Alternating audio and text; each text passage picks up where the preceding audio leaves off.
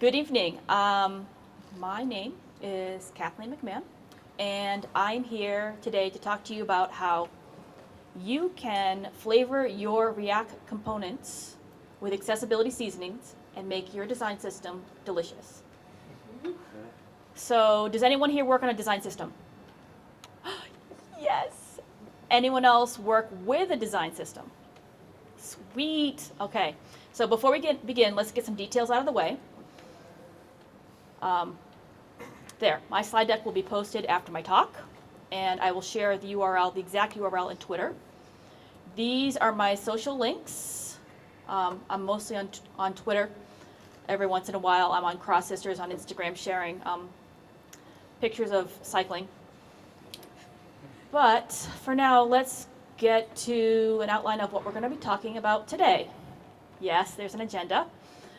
So we're going to talk about why accessible components, why your design system is a cookbook, design systems in React, and we're going to go through some patterns for icons, buttons, inputs, and we're going to talk really quickly about documentation. But let's back up a bit so I can introduce myself a little bit better. I am the tech lead for the O'Reilly Media Design System, and I race bikes pretty badly. And I also try to get more women racing bikes by handing out Cross Sisters, buttons, and stickers. But mostly, you'll find me in the back of the pack, racing 2 laps to your 6 laps on a single speed, wearing a costume, because who doesn't love a clown? Maybe not this clown. So, one thing I forgot to mention is that I am a dev dinosaur. That means I remember when computers looked like this and software looked like this. And we stored stuff on these nice little cartridges, and when we had to look things up, we looked them up on books. This browser was the newest hotness, Netscape. And this was our stack, HTML, CSS, and JavaScript. Fast forward to today, and there is JavaScript, there's a framework every week. The industry is moving at a blisteringly fast pace, and you need to adapt to keep up.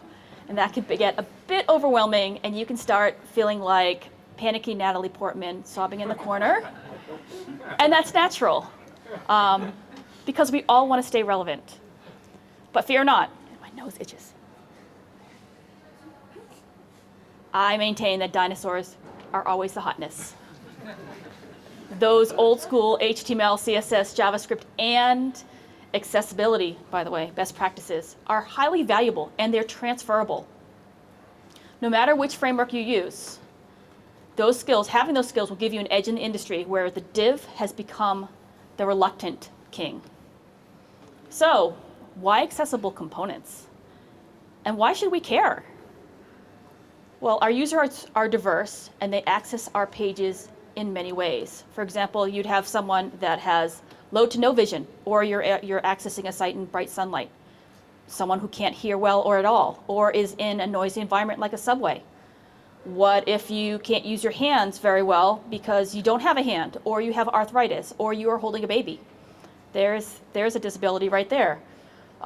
There could be cognitive disabilities, sensory disabilities. You could have vertigo. You could be looking at an app in a language that's not your first language. And my favorite in the last month, low bandwidth. When your app is crawling along, that can be an accessibility challenge. So our users will access our content on a desktop, on mobile, with a screen reader, using screen magnification software, using a mouse and a trackpad. They will use standard Braille and Morse code keyboards. They will use a straw device or a switch control, and even voice assistants like Google Home and Alexa now. So there's some really cool technology coming out. The W3C has developed these guidelines for us to follow called the Web Content Accessibility Guidelines, call it WCAG for short. And they give us some levels of conformance and some success criteria that we need to meet to make sure our apps are accessible. There are 3 levels: single A, which is the bare minimum; double A, which is the industry gold standard right now. So WCAG 2.1 double A is what you want to achieve. And the last level is triple A, which is the holy grail and just super hard to achieve. So we go for double A.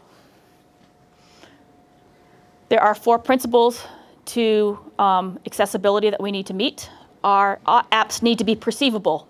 The information and the UI components must be presentable to users in ways that they can perceive. It needs to be operable. The UI and components and navigation must be operable in many ways. The UI needs to be understandable. The information and operation of the user interface must be understandable, and it needs to be robust to adapt and be able to be accessed through many different technologies. The best way to remember this is to pour yourself some coffee or some whiskey, because I am here in Scotland and I love a single malt. So we have these standards and principles to follow, and we don't want to leave our users behind. And yet, in February of this year, the WebAIM is an organization that does a lot of work in accessibility. They conducted an accessibility analysis of the top 1 million websites in the world, just the home pages. And they used an automated checker. The results were pretty depressing. So 97.8% of the home pages had detectable WCAG 2 failures. 97.8. 59% of those pages, there was 3.4 million inputs on there. They were missing labels. 60.1% of those pages had ARIA present. ARIA is an acronym for Accessible Rich Internet Applications. It's a standard and a set of attributes that you can add to make your components behave in certain ways to make them reachable by assistive technology. 60.1% of those pages had unnecessary ARIA present.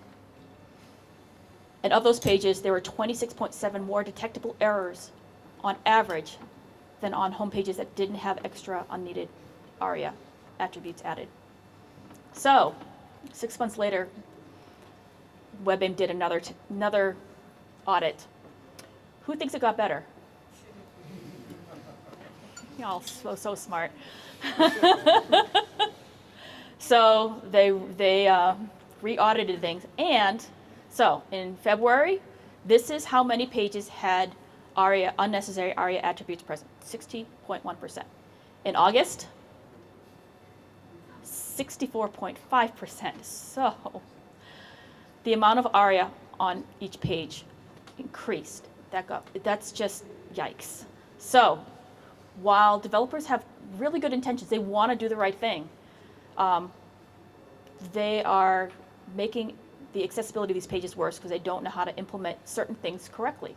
But imagine if you had accessibility baked into your components, into some commonly used components, so your developers that are using, like, for example, your design system, can have a good experience and not sacrifice the most important part of that design system, the end user experience. Wouldn't that be cool? So what is a design system? I know someone asked me that. You did earlier. So I'm going to quote this really great blog post I found on Envision. A design system is a collection of reusable components guided by clear standards that can be assembled together to build any number of applications. It also includes brand guidelines, palettes, typography, tone and voice, but what we're going to talk about tonight is more of the components, the UI, the component library. So this is my hot take.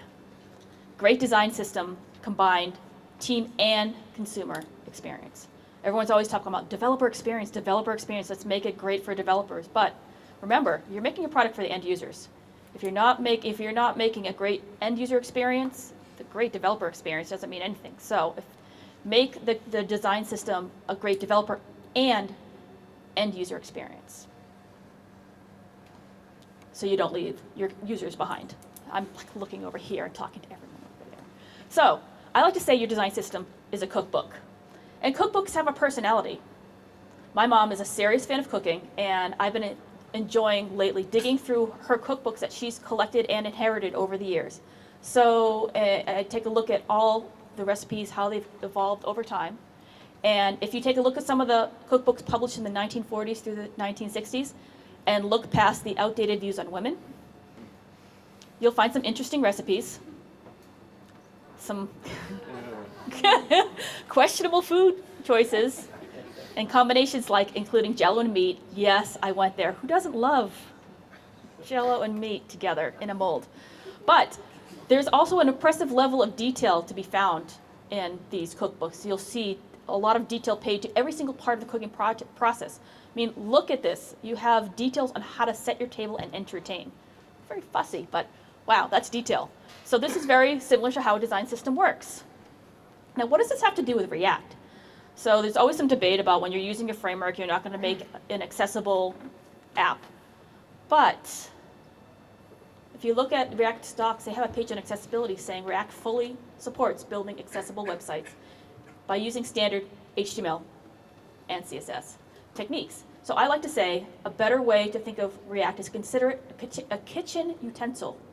It is not the only utensil in your kitchen.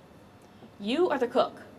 So it's, in my opinion, it's up to the developer to have that standard HTML, CSS, JavaScript, and accessibility fundamental knowledge to be able to leverage a utensil correctly.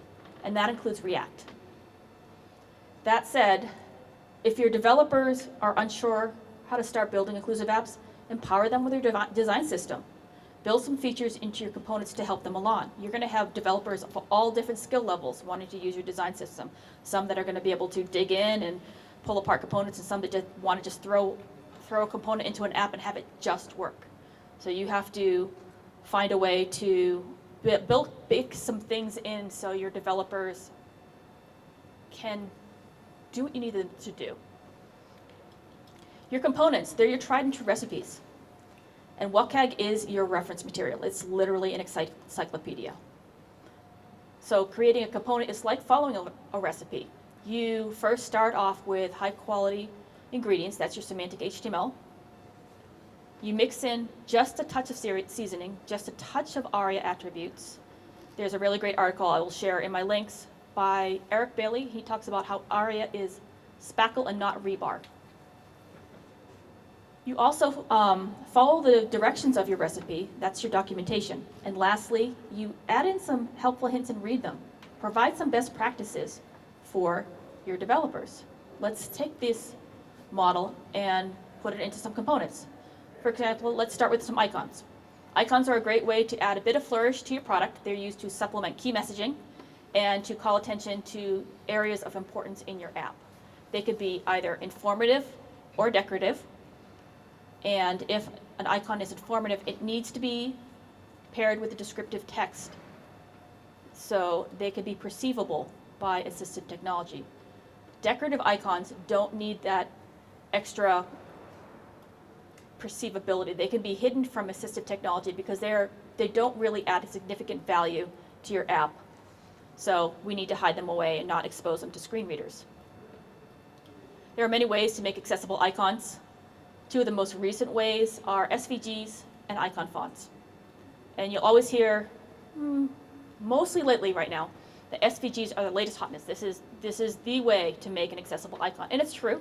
We at O'Reilly originally took all our SVG icons, combined them all into a sprite sheet, and it was glorious. And then we tested it and discovered a bug in VoiceOver in High Sierra. It was announcing every single item in our sprite sheet, in addition to the icon. So it was a bug. It's been since solved, but at the time we had to move on and decide, okay, SVGs are not the way. So for us as a temporary solution, icon fonts to the rescue. We decided to go back to the tried and true, convert our icons into a font set and use that instead. So let's go over an example of how you can make an accessible icon component using semantic HTML and the icon font technique. So this is what you'll typically see as an icon font element in the wild. But it's not accessible. This is an accessible icon pattern, and let's break it down. You first begin with a span element and use a CSS class to attach our icon font family with some baseline styling. Then you add a separate class to this span and assign the icon we want to use as a pseudo element. In this case, we're going to use the email icon. Then we're going to add a second span with a descriptive name for our icon. And then we're going to wrap those two spans with a containing span. And we're going to convert that span's native display, which is inline, that's what span will natively render as, we're going to change it to display inline block. Inline block is important because with inline block you can support margin and padding all around the element rather than just on the left and the right, which comes with an inline element. This is important for later if you want to customize the spacing around your icon. We are also using spans everywhere here because they're inline elements. There's a reason for that, to make it composable later when we pop it into other components, and I will tell you more about that later. But next we're going to visually hide that descriptive text from the UI only, but keep it exposed to screen readers. So we're going to add this class called visually hidden. It's a very common pattern where we remove the visual presentation of the text from the view. But now screen readers will still hear email when it's accessed, when this is scanned on the page. So this is a high quality component. However, if you test this component in a screen reader, right now it announces /F12F email because it's announcing the Unicode character that was injected as content into the spans before pseudo element. So we need to add in some key accessibility spices to make this component a bit better. We're going to sprinkle a pinch of aria hidden equals true to the span containing the icon font. This will make sure the Unicode characters won't read out to the screen reader. And now this is an accessible icon component. However, we have two types of components. Is it informative or is it decorative? So informative icons should announce. So if we're using this as an informative icon, we don't change anything. This is the pattern. If we need to use a decorative icon, we need to add another pinch of aria hidden to the containing span to make sure the entire element does not announce to screen readers. So now that we have an accessible icon pattern, let's convert this to JSX. This is HTML syntax popped into a component. You convert the class to class name, and you convert strings from an empty span into just a self-closing element, and voila, you have JSX. You have an accessible icon component. Well, now let's make this component a little more flexible. First, we're going to support some incoming props. We're going to support the icon hidden prop to control whether we show or hide the icon. We're going to add in the icon name prop to pass in whichever icon from our icon library that we want to pass into this component. And we also want to support the icon title prop, which will allow us to pass in descriptive text to this component. So the most important part of creating a component is to create guardrails for your components. That way you can be sure that your developers that are using your components are always using the accessibility features that you have built in there for them. For example, in this component we have added the icon naming guardrails. So when you pass in the icon name, we do a check to see if that icon exists in our library. If it does not exist, you get an error.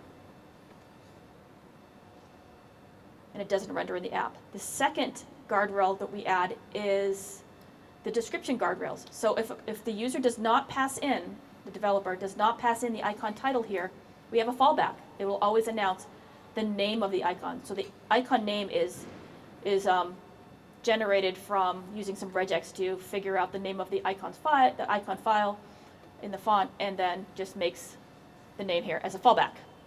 So this is a really great way to make sure that you will always have descriptive text for your icon. The last guardrail we add is the most important. This is whether we're going to show or hide the icon. So if the developer passes in icon hidden if true here, this is a Boolean prop, that whole containing span will render with an aria hidden equals true attribute in the DOM. If no icon hidden prop is passed in, the aria hidden attribute is not attached in the DOM at all. This is not a true or false pattern, this is a true or null pattern, and there's a reason for that. There are certain attributes in HTML that need to be attached as true or not attached at all. Because older screen readers, if you attach an attribute on there, even if you put aria hidden equals false, certain older screen readers will read it out or hide something if you don't want something hidden. So we're using this pattern to only add this attribute if the icon hidden is true, is passed in here. There are a bunch of attributes like this, so this is a really good pattern. So moving on to buttons. Buttons perform an action on the page, and they should look and act like a button. If you are using something that looks like a button, but it changes the route or goes to a different location on the page, you need a link, and it should look like a link. They're different things. They do different things. So use Semantic HTML for buttons. You will get screen reader and keyboard functionality for free. You don't have to shove in all these roles there. It's pretty great. So this is our high quality ingredient. This is a button element, and our designer has provided a button look and feel for us for our interactive states for hover, focus, active state, and a disabled state. And each of these visual states have proper text contrast of text over background, and the button borders over background, which will support any of our low vision scenarios. We also add those into CSS as our pseudo classes because CSS is magical. These classes will be able to inform the users when they can interact with the button. So we have, going back for a second, yes, we are going to sprinkle some aria onto this button because there are scenarios, like ideally with a button, you are putting descriptive text in there. But there are going to be scenarios where you're going to receive data from a database, and you're going to be trying to populate a bunch of cards on the page, and each of them has a read more button. And you might not have information in that, the data object that you're receiving that gives the specific information for that button. So you're going to have, each card is going to have read more. If you're a screen reader and you are accessing the page using the rotor, where you can scan the page, just scanning all the links or scanning all the headers. If you're scanning all the links, it's going to announce read more, read more, read more, read more. You have no idea what you're reading more about. If you use this aria label to your button, you can pass in read more about dinosaurs, so that when the user scans the page, they will know when they click this button, they're going to read more about dinosaurs rather than read more about random whatever. So this is an accessible button in HTML. And converting to JSX with the class-to-class name, there it is in JSX. If you want to make this more flexible, you can add icon support to your buttons. So we can mix in our icon component, pass in icon name, and we're going to make the icon hidden default to true because we can use aria labels instead here. We're also we can wrap our contents, our children, and our icon in another span so we can use flexbox. And I'm using spans inside a button for a reason. Buttons can only accept inline elements as their children. You can't pass in a div. Div will render as implicitly as a p tag, which is a block level element. So inside a button, you need to pass in inline elements. You can't pass in a button in a button. You can't pass a link in a button. That's not valid HTML. This is why we built our icon component using spans, because we can always pop it in here. It will be valid HTML, and we can position it as we need to do. We're going to add some prop support to our button. And so we're going to add the aria label, some children, whether we want the button to be disabled, name our button, and we're going to support just an agnostic on-click function. So whatever the developer wants to pass in for a click handler, we will support that. And for the disabled attribute, the disabled prop, we're going to use the true or null pattern here, because the disabled attribute is the same as the aria hidden attribute, where you want true or null. for our guardrails, we only have one guardrail for a button. If someone doesn't pass in an icon name, they don't get an icon. Inputs, which is a glorious beast. Inputs need labels, and they need error messages. Label inputs will give your users more context. And no, placeholders are not labels. If the user clicks into an input without a label and is using a placeholder, they start to click in there and they're going to start typing, and then they're going to start hitting the backspace to figure out what they're supposed to be entering. Placeholders, they're hard to style across browsers, and they do not auto-translate. So use the label, and I have articles to share for that. Also, be kind to users that are relying on screen magnification, and don't force them to scroll horizontally. Keep the max input width of your input to 80 characters and stack your labels vertically above your input, and your error messages, which are important, stack them below your input, because I'm going to try this with one hand. So users with low vision will, and I'm going to try to demo this later, users with low vision will zoom into the screen, but they can use on the Mac this picture-in-picture screen zoom technology. And when they turn that on, it's like a credit card size window that it's like you can magnify and just drag it over the window. And if you have your label over here and your error message over there, and they're dragging their window around, they might just see this area right in the middle where it's just like, it looks like two lines, like, where am I? So if you have your label above the input and the error message below, right in this one centralized area, the user will know what they're typing, where they are, they have the context, they'll be very happy with you. So that is just a good pattern to have. So this is an accessible label component. And as you can see, it's a little hard to read. So let's zoom in a bit. Let's see if it's zooming.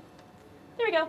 Okay, so this is a semantic HTML pattern for an input. You have a label, you have an input, you have a span with an error message. We're wrapping it in a div just so I can position them on the page. Now, what's important is an input needs a label and an error message. And if you notice, there's a for attribute on the label, and it matches the same value as the ID on the label. This is important for screen readers because now the screen reader will know when they're scanning the page that it will announce, like first name, input. It will know exactly what input that you are accessing when you scan the page. Now, for the error handling and the validation, we're going to sprinkle a little bit of ARIA attributes here. And we are going to add in an ARIA described by attribute, ARIA invalid, and ARIA required. So required will check if this input is required. Invalid, you can do whether this input is invalid. And the described by is the way that you can tie the error message to the input. So when you have an error happening, you will know what announces. Also, you'll add this last little bit called ARIA live attribute. We're going to set it to polite, not assertive. This attribute, when a input is invalid, it will announce, this error will show and it will announce to the user. And it will announce once they stop typing, and once something's valid, this will announce. It will give the user information to help correct their mistake. Now if we convert this to JSX, the for attribute is, I believe, a reserved word in JSX. So we're using HTML4, convert class to class name, and then you have an accessible input component, and we're going to use the true or null pattern for disabled, invalid, and required. We are going to add some synthetic events for on change and for on key press, and support any agnostic functions that someone wants to pass in. But if you see the ARIA described by pattern, this is one thing I had to learn the hard way. So you had to make sure that you only attach the ID of the error, and we're doing the ID or null pattern here. We only attach it if the input is invalid and an error message is passed in. Because if you just like try to attach it in there, you'd get in the audit you'd get a message like you're using ARIA in the wrong way. So Here is our guardrails. No label, no input. This will encourage your developers to always use a label with an input. That is huge. So it's a really great way to enforce having labeled inputs. Also, if someone doesn't pass in an icon, sometimes you have icons in your inputs on the left side to give a little flourish. If no icon is passed in, no icon either. And the same thing for your error handling. If they don't pass in the invalid and the error message, they don't get the error message rendered below. So documentation. Make your documentation expansive. Provide instructions on how to work with your code base. Because if you have a design system, encourage contributors, depending on if it's open source or internally open source in your company. Encourage your developers and designers to contribute. Make sure you add examples in many ways a component can be used correctly and incorrectly, and make it straightforward to contribute. Our design system uses Gatsby, it uses Storybook, and we deploy our apps using Zeitz now, and it's pretty cool. So for Gatsby, and I'm going to try this, so we're going to talk about Gatsby and then we'll talk about Storybook. So I'm going to try this and we'll see if it works. So we're going to use the bucket. Can you still hear me? Do I need to lean closer? No? All right, let's try it again. You tell me if I squeak, all right? Am I squeaking? Am I good? No feedback? All right, good. All right, so I'm going to see if I can I escape? Yes, okay. So over in, let's get over here.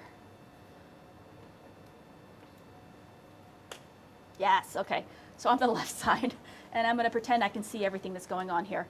So this is our documentation, and I'm going to move over there and make it bigger. Sure, let's make it bigger. Awesome. So in your documentation, make sure you have, like in your getting started section, what's really nice is you can give some instructions on how to get started, what it is. If your component should be in a design system, just don't throw in one-off components. If the component's going to be used twice in different teams, that's a consideration for design system component. If it's 3 times, it definitely should be in your design system because it's going to be something that's going to be shared across your teams. Let me see. Also, let me see some more guidelines here. Here we go. So for guidelines, like have contributing guidelines, and I cannot see everything here, so there we go. So you have contributing guidelines. Give developers an idea of like how to do issues, how to make feature requests, all that kind of stuff. And if your developer is going to be working with your code base, this is just, I'm going to do this. I'm going to pretend there. All right, there we go. Have a nice onboarding for developers. Help them get their systems set up to do things. But what I want to show you is what buttons look like in a screen reader. So I'm gonna jump over to one more thing first. I'm gonna come back over. There I am. There I am. My screen is mirrored in a different way, so I'm trying to find there it is. Okay, so if I go this over here. Okay, so this is our design system. And what's really great about Storybook, this is the one thing I want to show you about Storybook real quick before I demo things. And I'm going to be a really short person, and I'm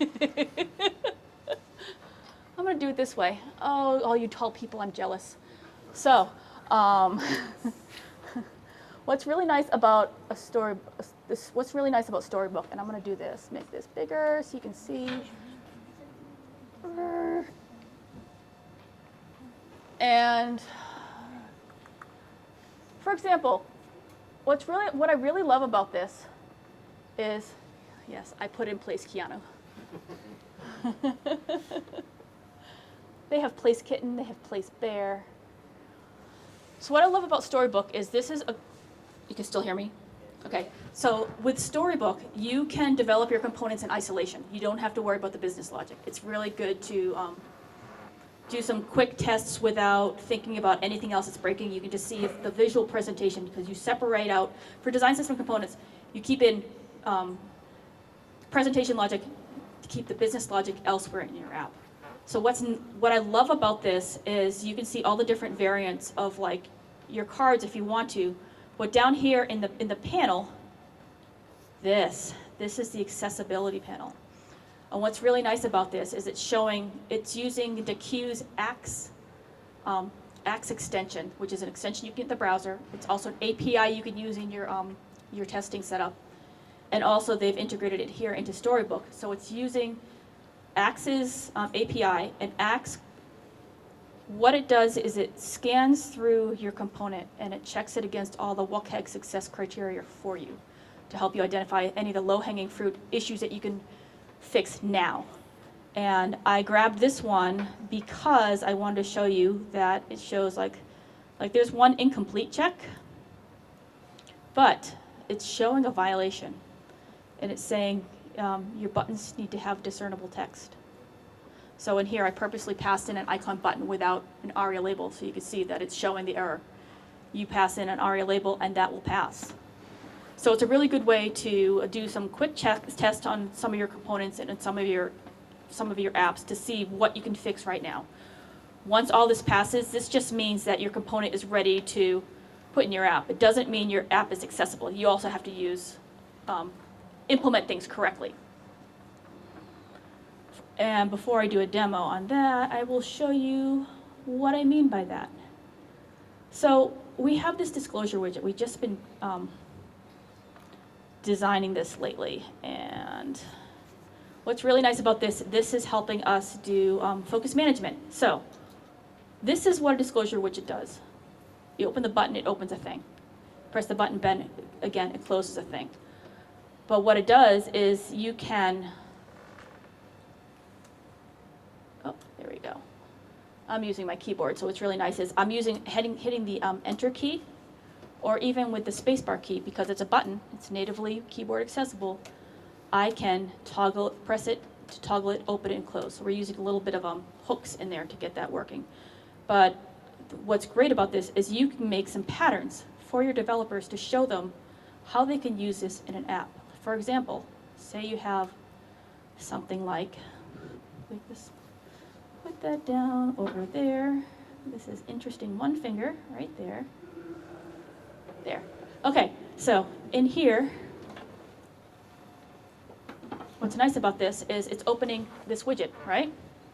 And I can go tab and shift tab, go back up or down, tap down. If I hit, I could, hit return, and it might go somewhere right now, but it shouldn't. But if I hit escape on my touch bar, it sent focus right back to that button. So we made a pattern that had some focus management for them. And so you can use that pattern in groups like this and style it your way, but also show someone this is the accessible way that you could use this disclosure widget and show someone how they can use it correctly. For example, in a card, you want to, in this example, we have buttons here, and we are not going to send focus in here. In a, pardon the, actually this one. So, like I say, a search menu. If you open this, since it's a menu item, it sends focus right to the search bar. So that's another pattern that you can use, but you're guiding your developers on how to pass something in, use refs, and how to you're giving them an accessible component, but you're also giving them instructions on how to implement it depending on its use case, because that's one of the most important parts of accessibility. So what I'm going to do is I'm going to demo a few things. So this is Chrome. First, let's demo. I want to show you real quick, and I'll keep us on time. So, say we have an input with invalid input here. Say you have an invalid input. What's really nice is we have these accessibility tools. Once I find my mouse, there we go. One of them is called Simdaltonism. What's really nice about this one, yes, is this is a oh, come on. Go to the right. Go to left. Yes, okay. So this is a really great way where you can check for if someone can't see colors very well. Look at this. You can look over your components and see why you use an icon with text to give someone context. Because if you just relied on text, how do you know that's an error? You don't. But here, because we have an icon, we can give them the context that make that more accessible for a user that can't see all colors. So this is a really cool tool. I'm going to close that for now. The other one I'm going to show really quick. Like there's all these tools where you can like turn off the CSS, the wave tool, which would audit the site. This one I love. It can be slow because it will do it on every single tab you have here. You can simulate if someone forgot their glasses today. Okay? Now I'm going to reset it because I have 4 tabs open. I don't want it to do that. But what you can also, it gives you an idea of, and I'm not going to do Flutter because it's not going to be really great. Like, what if someone has macular degeneration? This is how they see your site. They're going to see this big spot here, and you're not going to be able to see things. Or if you have retinal detachment, you might not see that part of the page. This is why people are relying on screen readers. This is a really good simulation tool, so no coffee vision simulator. The other one I'm going to show you is why, this is before I do the screen reader test. This is why users, there was a talk today at Inclusive Design 24, it's a 24-hour event, and someone who was a low vision user, who uses a screen reader, but he mostly uses screen zoom. He was demoing how you can, let's see if I can turn it on with my one finger. It's getting dark over there. They're telling us to go home. Let me find it. There it is, accessibility.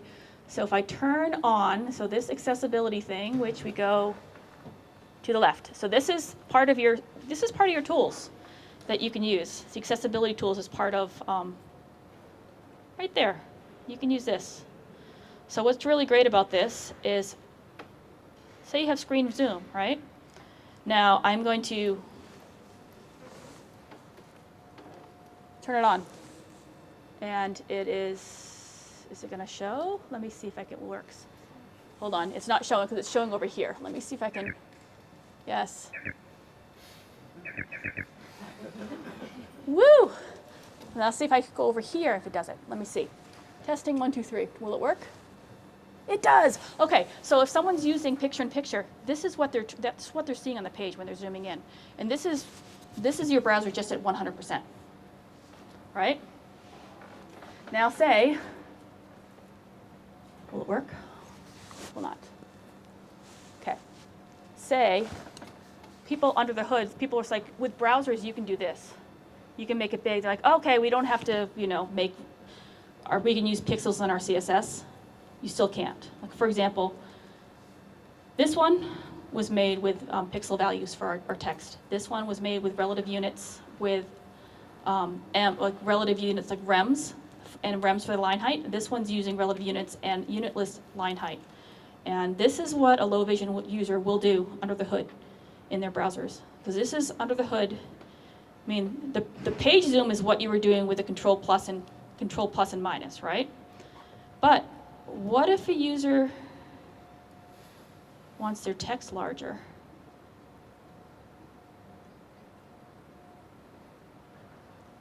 Refresh the page. No internet. Of course it is. I will make you a screenshot. What's awesome about this is, of course it won't do it now, but what's awesome about it is you will see on the left side, the text will say one size. On the right, in the middle, the text will get really big and the line height will get collapsed.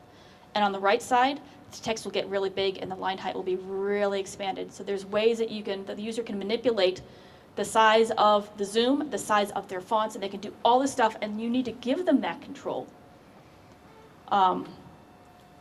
And so in order to do that, you need to make sure you're using relative units when you are developing your apps.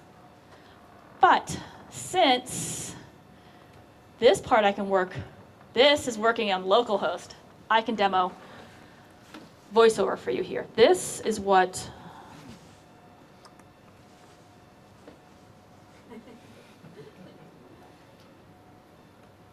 Off. it is on. VoiceOver off. No, it isn't. It's on. You're lying to me. VoiceOver off. Wow. Are you serious? Okay, let's turn it on. Of course you do this. Don't do this to me right now. Pardon me. Let's clip me. And you can fix me while I do this. Yes. So I'm going to do VoiceOver and see if it will just let me turn it on just manually here. Enable VoiceOver. Welcome to macOS. VoiceOver is on. System preferences, accessibility window, accessibility features table, VoiceOver. Selected has keyboard focus. Safari, Storybook window, Storybook web content has keyboard focus. You are currently on web content. To enter the web area, press Control, Option, Shift, down arrow. In Storybook web content, email. Out of Storybook web content. Storybook web content. In Storybook web content, email, group, button. You are currently on a button inside of web content. To click this button, press Control, Option, Space. To exit this web area, press Control, Option, Shift, up arrow. So I'm going to walk over here and point.